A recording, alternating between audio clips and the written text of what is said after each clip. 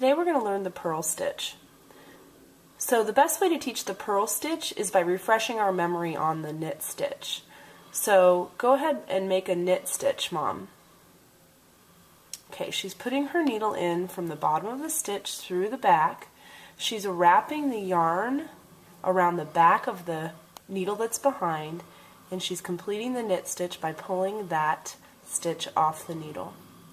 So go ahead and do another knit stitch. She's coming in from the bottom, pushing the needle through to the back, wrapping from behind, and then completing the knit by pulling that off.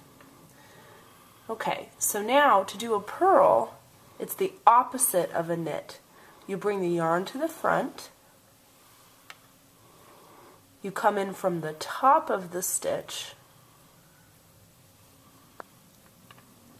you wrap the front needle, and you complete the purl by pulling that extra bit off. So notice that the yarn is still at the front. So when you purl, the yarn is always at the front. So you come in from the top of the stitch, you wrap the needle that's in front, you purl and pull that extra bit off. So now if we were to go back to the knit stitch, you'd have to set the yarn up in the back of the work. And go ahead and knit that. Come in from the bottom, through the back, wrap the yarn at the back, and then complete the stitch. So now go ahead and purl just so we can see the difference. Pull the yarn to the front, come in from the top of the stitch,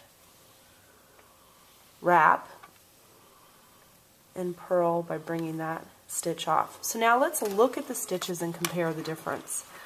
We can tell the difference between a knit and a purl by the shape of the stitch at the front of the on the right hand needle.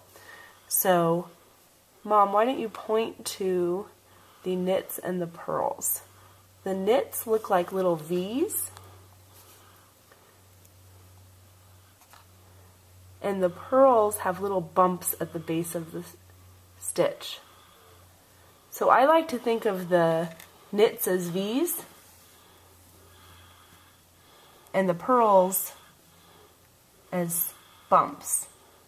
So you can always tell what you're looking at when you look at your work.